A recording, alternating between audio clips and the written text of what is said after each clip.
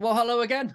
Thank you very much for watching. I'm Tim. This is Egg Chasers, joined once again by Rich, the rugby analyst. Hello, Rich. Hello. Thanks for joining me, Tim. Fresh off the training paddock, I believe you are. What did you have the youngsters working on today? Oh no, I was training the Broughton Park under-15s last night. I was Oh, training right. myself this Training evening in the yourself. gym. I see. What were you Yes. working on then? A little bit of deadlift this evening, just a little bit. I see. A little bit. Shifting the tin. But we are here. We're not to talk about any. We're not here to talk about any tin shifting, other than that which the England players will have been doing in their preparation for and work during the games in the Six Nations so far. Rich and I are just going to have a little bit of a deep dive into where we think Steve Borthwick is at and his England team 3 games in. This is the first of 2 videos. This one you're going to find here. Please hit subscribe and then head over to the Rugby Analyst channel where Rich will be looking at the backs. Go and hit subscribe there if you haven't already. And well, yeah, I'm kind of taking the reins on this one, Rich, because when we used to play together, I was the number 8 when you were on the wing for the same team. So I'll take the reins on the forwards. But Lovely. I'm going to ask you, how do you assess the England pack and where they're at 3 games into Steve Borthwick's tenure? Well, I mean, from what he's saying, he wants to start with the basics, Tim, doesn't he? So I think you've got to say, well, I'll chuck a question straight back at you, starting with the scrum. It's been okay. It's been okay. But with Genge and Sinclair, who are our best 2 starting props, yeah. Are we just going to have to accept that okay is actually good? We just know we're taking their amazing work in the loose, and as long as we're 50-50 in the scrums, is that good, or do we need to push for more? Well, I guess we've got to temper everything that we judge by the fact that the 2 best teams in the world are the next 2 teams England are going to play. So we could completely rip up what we say now based on how the next couple of weeks go. But I'm more positive about the scrum than maybe you sound. I actually think it's been, Okay. I've been surprised at how solid it's been. I think it's one of the areas that Steve Borthwick has actually fixed. Certainly in the case of Kyle Sinclair, he was someone who I thought, yeah, he is our best tight head, but he wouldn't get into many other teams at tight head on the form that he's showing. But the fact that he has looked a bit more like the Kyle Sinclair we remember from 2019 and 2020, and also that Ellis Genge has done the round the park play like you talked about, but has actually looked really quite solid in the scrums. That's actually given me a bit of hope for England's set piece. Yeah, I mean, I agree with you. I'm very happy with Genge and Sinclair starting. I think they're looking good. I think, yeah, the scrummaging's solid. They're certainly improved. And what they're doing around the park is fantastic. But who's behind them? I think that is the big question, isn't it? Because when we look at the best team in the world, they're in trouble on the tight head, apparently, and they roll on Tom O'Toole, and he's amazing. And that's like third down. Excuse me. And France are going to be down to their 3rd choice. They're losing a lot through suspensions. When they play England. Yeah, exactly. And Falatea's no slouch. He was good. And the guy that will be coming in behind him, he's good. Yeah, he was good. So I don't know if you agree with this. I would think of all the positives we'll talk about with England, or some of the question marks we might talk about, what you've just identified there, shirts 16, 17, 18. I love that Dan Cole's back in. Jack Walker's done doing everything he can. And Mako Vunipola, he's got pedigree in the bank previously, but I think they're England's weak link. Big time. I've got a feeling that he kind of wanted to try McGuigan. Because he looks like a starting type hooker all over, or someone who could come on and do a very similar job to George. Yeah. I don't know what it looks like to you, but it looks to me like he doesn't trust Jack Walker. No, really not at all. He's there as an emergency. Do you think there's something else in that, or is it genuinely he plays George as long as he can because he thinks he's the only one he can trust?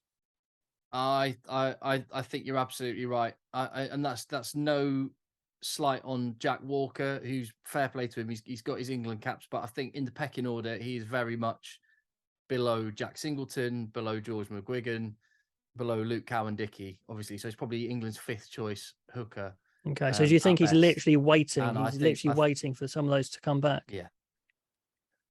Mm. Yeah, absolutely, no question. And I think you're absolutely right in what you say about George McGuigan. Is he is like a like for like Jamie George, and he will be, if he's when fit, he will be England's third choice hooker. Such a At the shame. World Such Cup, a shame he wasn't fit for particularly this. if Jack Singleton's not back. Yeah, if he was fit for the Six Nations, I Yeah. think it would have been a fantastic way to find out how he plays. Okay, so when everyone's fit, then Tim, what's your guess as the order 1, 2, 3 for the World Cup squad? It's Luke Cowan-Dickie, Jamie George, and George McGuigan. Okay, in that order. As the three hookers. For me, in that order, yeah. Okay. Yeah, absolutely. Although I do think there's a lot of merit in Jamie George with a really solid set piece, great arrows, and Luke Cowan-Dickie just a wrecking ball off the bench. I think there's a lot of merit in that. The question mark I have is at loosehead prop, really, even more than hooker, because that there, I mean, we've talked about this before. I'm hoping that it's the case that Steve Borthwick hasn't been able to pick Vaurapava Ruskin because of limited numbers of changes. But I just think Mako Vunipola is living a charmed life just now. I don't know what he's got. He must do something right that we don't know about. Fair play to him. But I mean, Vaurapava Ruskin just seems like the answer. Literally, if it must be a reason he's not in that we don't know. Must be. Yeah.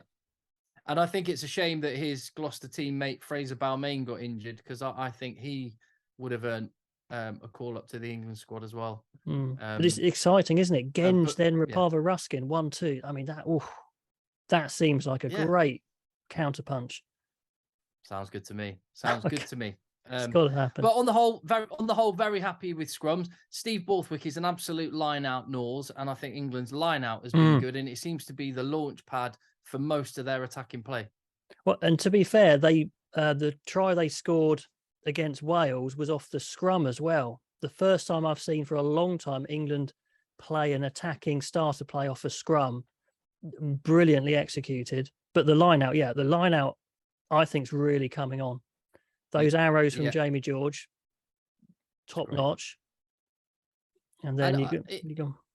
The set piece is still such a fundamental weapon in the line out in particular, and the fact that they've got the maul threat, so that teams have to defend that, and then they can use that as deception to get a little edge, getting the ball out to the backs. And I just think it's it seems quite boring to, I think, to quite a lot of people viewing who love the attacking stuff, but the nuance and the subtlety in the set piece, particularly the line out, I've been massively impressed by the improvement in England. And that's one area I don't think anyone was surprised that Steve Borthwick would come in and sort out straight away. And like you said, it's like he's just laying the foundations to build the rest of this this fortress he's trying to build. And on those fundamentals, they're not we're going to get a test. Let's judge it after Ireland and France, big time. The signs are good. Yeah, I mean, we have played Italy and Wales, who are the two weaker sides in the Six Nations, so we don't quite know where we're at. But I mean, he said he was very candid, wasn't he, when he came into the England job? He pretty much slated where England were at and said their scrum and line out were just rubbish, basically. Yeah. And to be fair, he's backed it up with some improvement. Here's a question for you then. Are you surprised by how easily Ollie Chesham has taken to international rugby? Yes. I knew he's a talent, but you just don't know when those young second rows come in. It can take a long time for them to get to the level, especially physically, mentally, and he's just comfortable. That's the phrase, isn't it? He's comfortable physically. He looks ready, and he's going to get better. Yeah, he is. Really impressed. And he's kind of got a little bit of that George Cruz about him, who formed such a great partnership with Maro Itoje. With he's got the similar body shape. He throws himself around with no regard for his own safety. He can be nasty when he wants to be, and has a massive engine. So I think I was assuming that Courtney Laws would come in at second row And I think we've been searching for, it could be Joe Launchbury still, it could have been Joe Launchbury, but I think we've been searching for someone to replace George Cruz, and I think we've just found him. I mean, something I haven't really been paying attention to. Do you know who's calling the lineouts in the England setup? That's a great question. No, I don't. It is, isn't it? Do you know? Have you spotted? No. I know in the past I'm going to watch for that now. Please. They haven't used, I don't think they've used Maro Itoje much. I think I don't know. Yeah, please, could you have a look and let me know? Yeah. Because I haven't noticed Great question. Because that's what George Cruz was all about. That's, part of the reason he was so good. But Courtney Laws, I think he could be the perfect sub. Because, second row and number 6, it's perfect. He makes an impact, either one. The competitive nature of Courtney Laws, he won't like being a sub. He'll be, but this is going to drive the standards. It's great, isn't it? He'll be driving the standards. He will be desperate to be starting again, and you wouldn't have thought that Courtney Laws would be on the bench behind Lewis Ludlum and or Ollie Chesham, but that's how well those two have played, and that's testament to, in fact, Lewis Ludlum's made himself undroppable, and Ollie Chesham the same right now. So Courtney Laws is going to have to, for the time being, sit on the bench and wait and earn his spot. I'm trying to picture in my mind when Courtney Laws was regularly playing second row for England. He played 5, right? Is that right?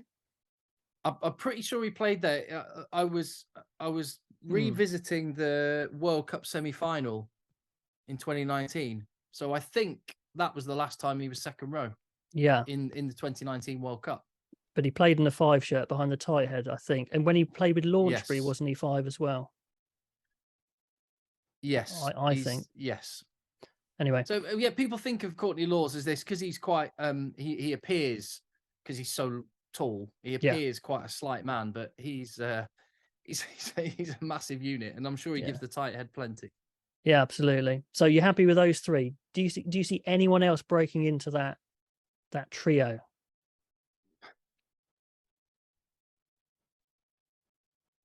No one obvious, is there?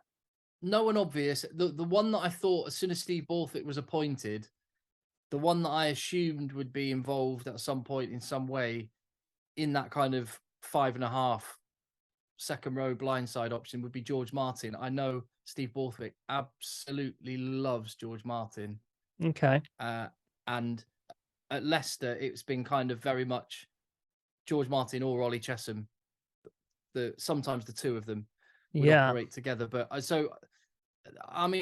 but because he's been injured and the players that have been playing have played so well, there's limited opportunity for these guys to get in and show what they're about. So at this point, I think Joe Launchbury he's trying to find is there some talk about him getting a club somewhere, either France or England or something, so he can get himself in contention? I think he wants to. I think the last I heard is he's keen to get in contention. I don't know where he's looking. The guy that a lot of my commenters keep saying could be a really good impact second row is Dave Ribbons, because he's one of the guys out of the second rows who genuinely looks for an offload. Like, naturally, he offloads when the game breaks up. I don't think I've seen the others do that particularly, but neither Eddie Jones or now Steve Borthwick seems to particularly fancy him. So I don't know what he does in training, whether he stamps on their toes or something. I don't know. He doesn't seem to get a look in. Well, I guess he's one of in the 3-day training camp, for however much you read into that, he's one of the 2 forwards that wasn't involved against Wales that's come in to train with the squad. So I guess that does mean that he is still very much in contention. Yeah, I think he might be close, but when you've got those 3 and Courtney Laws obviously being so good at the blind side as well, it kind of picks itself almost, doesn't it? Yeah. And I love that some of the, and this is what I feel positive about, is that some of the big question marks we had, like even who's starting Tighthead, I had that as a big question mark before the Six Nations for sure began. Same with who the second, who would be Maro Itoje's partner in the second row. And it feels like we've got answers to that right now. And good ones as well. So, and other options that we can still talk about. So front 5, I'm pleased so far, with the caveat, as we've discussed, Who, and put in the comments, who would you have 16, 17, 18 wearing those shirts for England? That's a good one. Because that's where I'm scratching my head. I'm worried. Okay, into the fun stuff. Back row, yeah? Yeah. So has Lewis Ludlum got that six so many locked great down or conversations what? about this. Yes. Yeah, absolutely. I mean, talk about taking your opportunity. It's and the way that these players are wired, they all believe that they're the best, and they'll be walking. Lewis Ludlum would have been walking around the times he gets dropped. He'll have been saying to his loved ones. You never say it in post-match interviews or something, because that's just not, it's not the done thing. You always play it humble, but he would have been like burning for another opportunity, and to take it in the way he has, you just got to be really, really happy for him, because he's a lovely bloke, and a ferocious, horrible rugby player, perfect for a six. I was just about to say he's not nice on the pitch, and the good thing is he's a leader at his club, and he's obviously made a conscious effort to put on a lot more timber. If you remember what he was like in the World Cup, all that time ago, nearly 4 years ago now, he was like a slight athlete, not slight, but he was an athletic back row. Now he's kind of a 6/8, but he doesn't seem to have lost his speed and his engine, which is difficult to do. So fair play to him. He's obviously made a big play to get a bit bigger, and it's paid off. Yeah, absolutely. And do you know what? When I've even been guilty of this, even after the Italy game, I was guilty of this, having conversations about the back row, and you sort of forget to mention him sometimes. And before the Six Nations, and in the early days, when there's so many back rows with so much exciting upside, that he has been easily kind of just an afterthought, but not anymore. No. And that's absolute credit to him. He's and he has the balance. Doubted him wrong. Absolutely, yeah. He's the Anakin Absolutely Skywalker, right. Isn't he? The guy who brings balance to the Force. We're looking for that. Yes, he does. Mm. Yeah. So, okay. So if he has the 6 shirt, and Courtney Laws can't get in there at the minute, and you're not going to shift, say, Tom Curry when he's back to 6, then it gets really, really interesting. So Alex Dom. No, that's what I'm saying. So Ludlum's got that 6 shirt. So there's only 2 spots left, and you've got all this talent available to you. So let's just talk number 8 for a second. Yeah, I've had some people unconvinced by Alex Dombrand, for sure, still, and thinking he might be where change is made. What do you think there?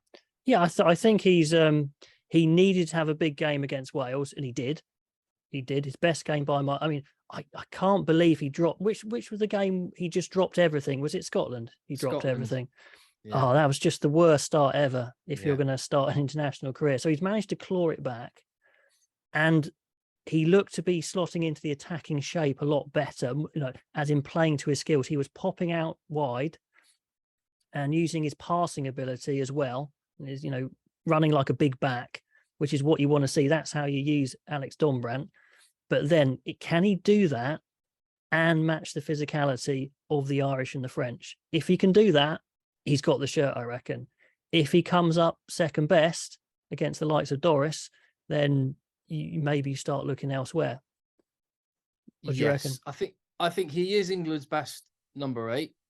However, it's how much better is he at number 8 than who? Yeah. I think you've already mentioned Lewis Ludlum could slot in, could be shifted round at 8. Tom Curry has played international number 8 before, so but it is getting that balance. It is getting that balance right. But I think currently with the work that Ludlum does, it does free up Dombrand to play the way he can and does play, and with England's attacking shape, which we'll get onto in the video we have on your channel, Rich. I think the more that develops, the more we're going to see a better Alex Dombrand. And I don't necessarily think that it's that Alex Dombrand just had a better game himself. Well, obviously he did objectively, but I mean, the cause of that wasn't just that he had his head in the right place or anything like that. It's actually that the more England's attacking shape develops and the cohesion comes, the better Alex Dombrand's going to get. So Yeah. I think you're absolutely right. The next couple of games are, I won't say make or break. I think he'll be in England's squad, but make or break for whether he wears that 8 shirt rather than as a squad member. He could do with being in a team that's on the attacking front foot. That's when he really looks good, isn't it? When he can hit those lines and those offloads and those hands. If he's just defending all day, there's other players that can probably do that just as well. So he kind of depends on the team playing well. So it's Dombrand, yes, 8 for now. Yeah, but we will see. But then let's just list the players we've not mentioned: Ben Earl, Jack Willis, Tom Curry, Ben Curry. Who else? Who I'm missing? Tom Pearson. Well. Tom Pearson. Please, we both love Tom Pearson. Please. Oh, he tore it up again at the weekend, didn't he? How does he not get in? He's a freak. Again, much like with Valrapava Ruskin, I'm hoping Tom Pearson is one of those people that Steve Borthwick had to just leave on ice. And he's got that big frame. I really think he could be the backup 6 as well. I think he could do that job. But yeah, I mean, how exciting would that be as well, having him in the squad as an option? Yeah. Yeah, but exactly as you identified earlier, I mean, how many games are there? There's 2 more games in the Six Nations. Is there 3 World Cup warm-up games? I don't know the number. At least 3. At least 3. Maybe there's not. So let's say at best there's 7, maybe 6 games left. It's getting tight, isn't it? Yeah, big time. It's getting tight. And Ben Earl hasn't had a look in, particularly. But the guy we thought might be the starter. Yeah, and I think. Yeah, I had him down to start. I think a lot of people did, just looking at his Premiership form. And you can't argue. You can't argue with the back row that Steve Borthwick's been picking. I don't think it's had any major issues, but I don't think there's certainly not people desperately banging the drum for Ben Earl in the way that they were a month ago. So that, but I mean, he's so good. We've got so many options. But Jack Willis, love him. Locked in. So at the minute, locked in. But then what do you do with Tom Curry, who was only a few years ago was regarded as him and Michael Hooper duking it out to be the best 7 in the world? Well, I think he's on the bench, isn't he? Crazy. You got Courtney Laws covering 6 and second row, and then Tom Curry covering 7, and then Ludlum as your 8 cover, probably. How awesome is that? That works.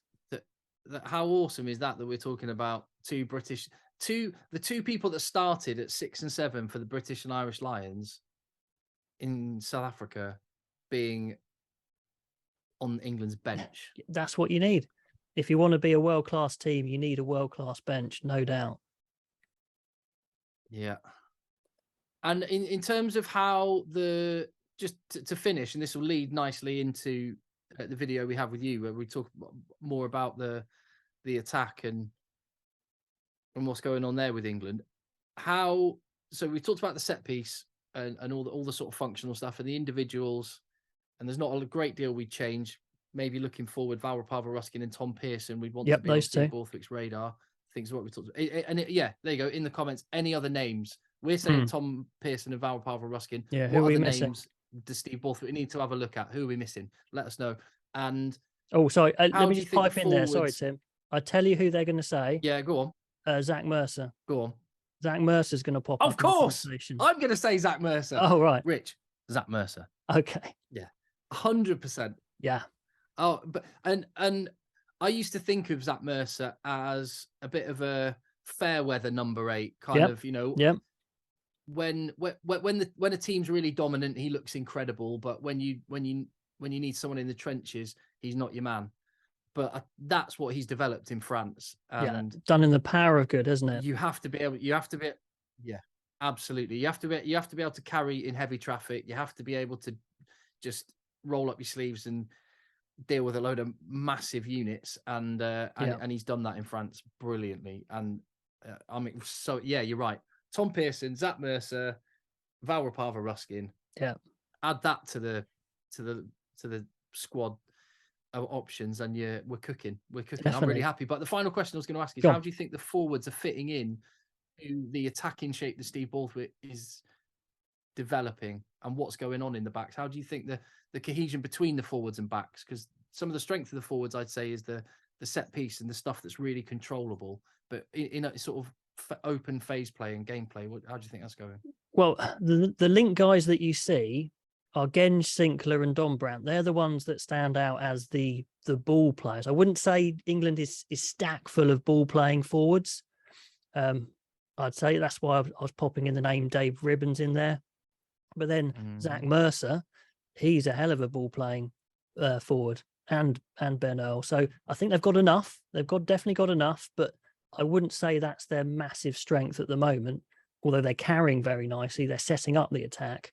But when we get into the backs, we'll talk about maybe some areas they could improve a little bit on that edge. But I think they've got just about enough in attack in the forwards.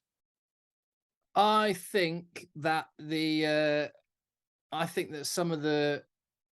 conversation could be a lot more disagreement, maybe in the comments and maybe between you and I when we get to the back. So let me lead on to that. Go over to the Rugby Analyst channel. Please after you've hit subscribe here. And thank you very much for watching. Head over to the Rugby Analyst, where we will pick up this conversation and look into the backs. Nice one. Lovely. Cool.